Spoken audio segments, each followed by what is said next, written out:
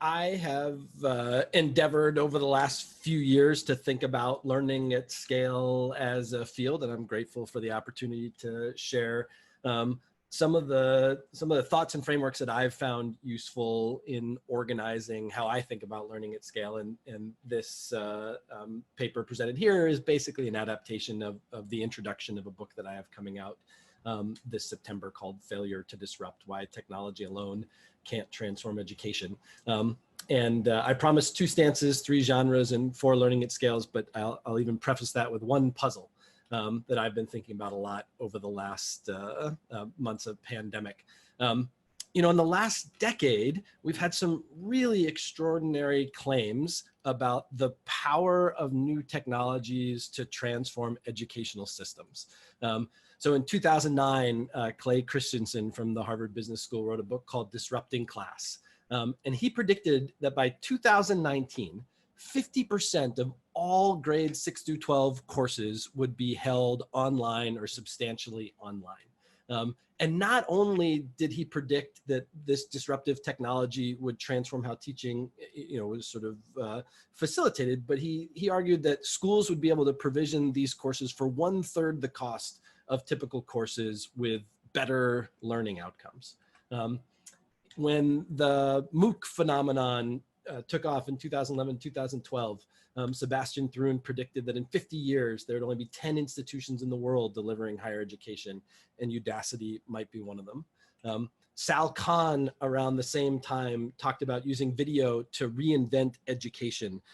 What he meant is that young students would be able to learn math individually at their own pace, on their own time, on computers. And then if teachers had a role, it would be sort of assembling groups of kids together to do interesting projects based on the math that they had learned independently on their own. And then just a few years ago at the Learning at Scale conference, Sugata Mitra gave a keynote where he talked about the ability of young people to organize themselves to learn. And he claimed that from his experiments, he had demonstrated that not only can children self-organize to conduct their own learning, but he claimed groups of children with access to the internet can learn anything by themselves, full stop. So these are, you know, I think the field has many decades, but particularly the last decade, just really strong claims about the power of technology to transform the educational landscape. And the last 6 months have been an extraordinary test of these claims to some extent.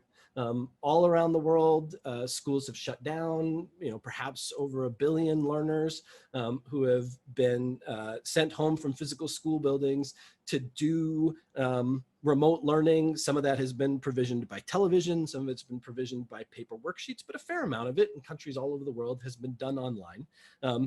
And what have we seen of massive open online courses, of adaptive tutors, of peer-driven learning communities, of artificial intelligence, of VR?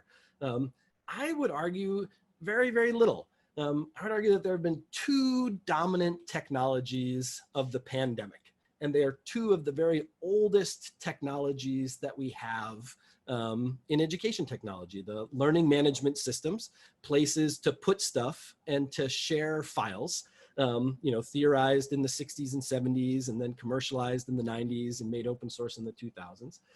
And then a technology which, when it was introduced in the 1930s, was called video telephony, which we're participating in right now. But much of what education has done, instead of saying, wow, you know, our choice, you know, faced with the choices between adopting sort of radical new technology structures or seeing if we can fulfill the promise of education technologists, or like hacking together, you know, online versions of the same kind of teaching that we do in person, overwhelmingly in higher education in K-12, people have chosen to hack together you know, courses by putting their worksheets online and recording their lectures or doing them synchronously over Zoom. So I think as a field, it's a great time to take stock and think about both those predictions and to what extent, what have been the limits of those predictions coming true. I think what we find illustrates two of the most common phenomenon in learning technology, which is that when teachers get access to new technologies, they use them to extend existing systems. And then when there is beneficial and innovative new practice with education technology, it disproportionately benefits the affluent. And certainly one of the most tragic things that we've seen amidst the pandemic is how it is unveiled at the same time that it's expanded educational inequality. I ran across an interview with Sal Khan from some years after his TED Talk. I think millions of people has viewed his TED Talk. I'm probably one of like 6 people who have read his interview with District Administrator magazine, a little magazine for school superintendents. And he gives a very different and much more candid assessment of his work in this more recent interview. Many people may know that Sal Khan started a lab school to test his ideas. And he says, now that I run a school, I see that some of this stuff is not as easy to accomplish compared to how it sounds theoretically.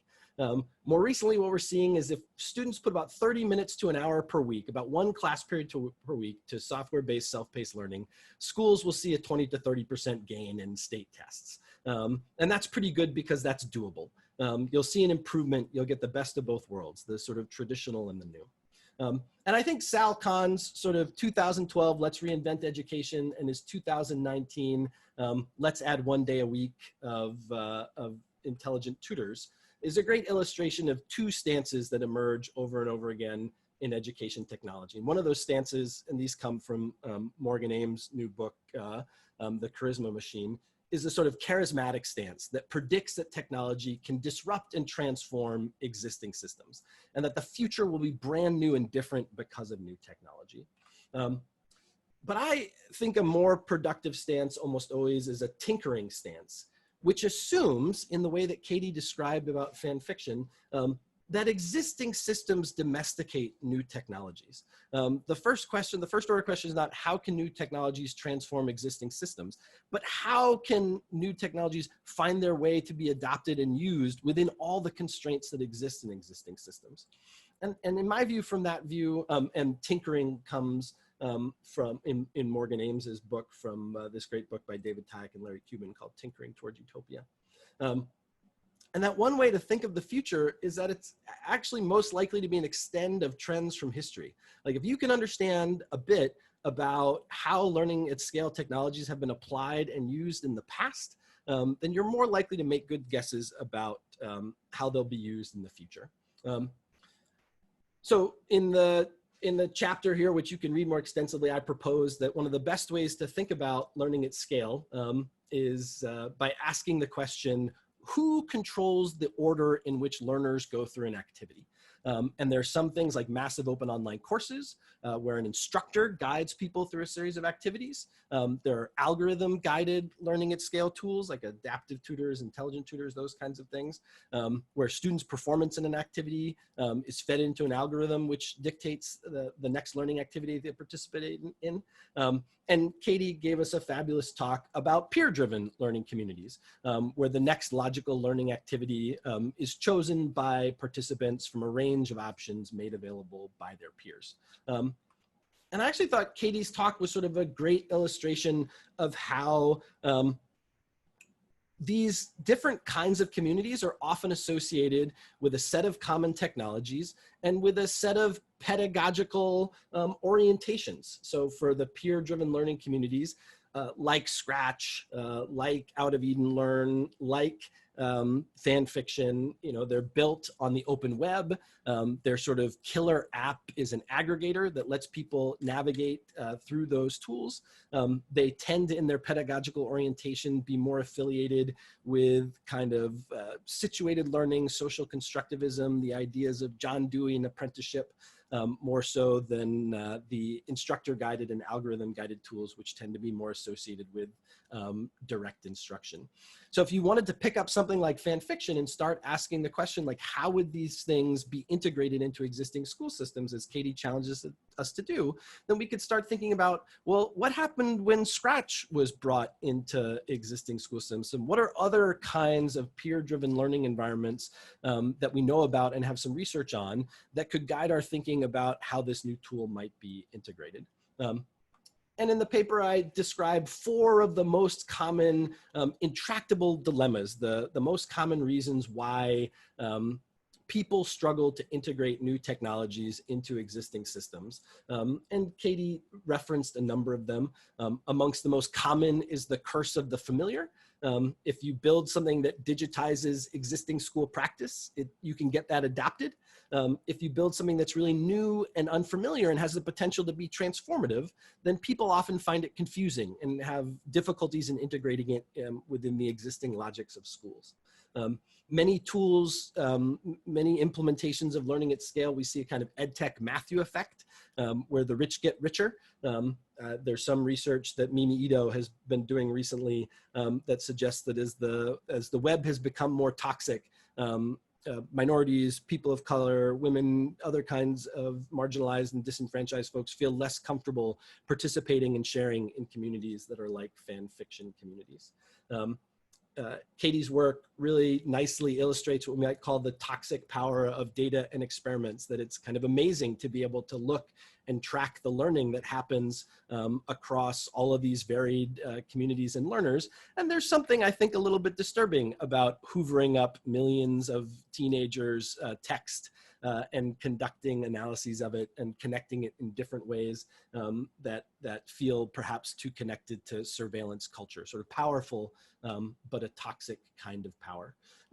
So this is really more of a teaser than a complete description, but I hope that as you listen to the papers that come throughout the rest of the day, as you reflect on Katie's talk, that some of these tools, these two stances of the charismatic and the tinkerer, these three genres of instructor-guided, algorithm-guided, and peer-guided, and these four intractable dilemmas give you some footholds for beginning to explore some of the existing work in this space, some of the history of this space, and some of the opportunities moving forward. Is that my 15 minutes, Renee? Fantastic. Thank you, Justin. And you're under the 15 minutes. So there's a lot of discussion going on in the chat. I couldn't read any of it. That's fine. If somebody would like to ask a question, we can use the 3 minutes we have remaining, or you can address what is in the chat. Raise your hand if you would like to speak up and ask Justin a question directly. Yeah, you know, Cheyenne has a great point here about the core and the periphery. If you wanted a more updated version of David Cohen's work, there's a wonderful book by Jal Mehta called In Search of Deeper Learning, which describes how the periphery of schools, places like theater classes, electives, is much more open to change and modification than the core of math and science and other things like that. And I think Cheyenne's I think that's such a great illustration of the tinkerer's mindset to say, okay, fan fiction is probably not going to replace English class, but that doesn't mean that there aren't entry points, particularly in the periphery of schools, particularly in the ungraded, untested kinds of areas where there's more room for flexibility, more room for exploring. One trade-off often comes in that these choice-based approaches for being involved in learning experiences can often be exclusionary to poorly served learners. You have more electives, you know, if you're further ahead in your education, if you're less likely to be placed into remedial classes and those kinds of things. Great, and we've got a question from Philip Guo. Hello. Hey, Philip. Hi, Justin. Great talk. And also, coincidentally, I just read the report that your group sent out. I think that was a few months ago about interviewing, you and your colleagues interviewed those 40 K-12 teachers right during the beginning of the pandemic. And it was fascinating. And I was wondering if you could talk a little bit about, from talking to these teachers, firsthand, right when the pandemic struck, how much did they mention technology? Was that the foremost thing on their mind? Like, oh, I wish we had this tool. Or was the foremost thing on their mind non-technological at all? What were their biggest priorities in relation to in regards to technology, for folks who are working in under-resourced, poorly served communities, their number one concern was that lots of people are not connected. And so, there remain in the United States millions and millions of students in the rural South, in the urban cores, who simply don't live in places that have access to broadband to be able to participate in these activities. So that was one piece.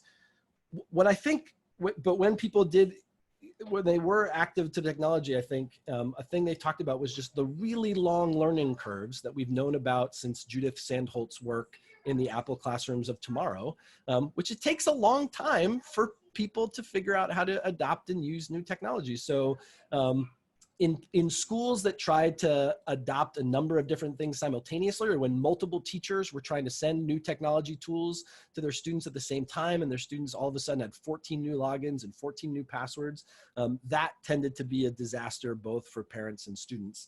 And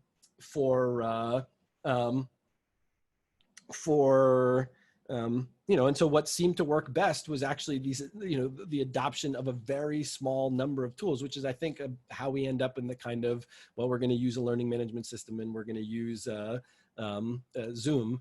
Even if there were better options out there, the sort of organizational costs of adopting those options during a pandemic were really high. But there were some, I think one exception might be, I don't know if teachers talked about this so much, but there are lots of schools that adopted like K-5 math tutorial kinds of things like Dreambox and other sorts of stuff like that, which I think is a great illustration of the idea that education technology has created really powerful tools, but typically not really powerful tools that are, like, do a good job of replacing higher education or replacing the K-12 curriculum, things that are targeted and useful in specific places.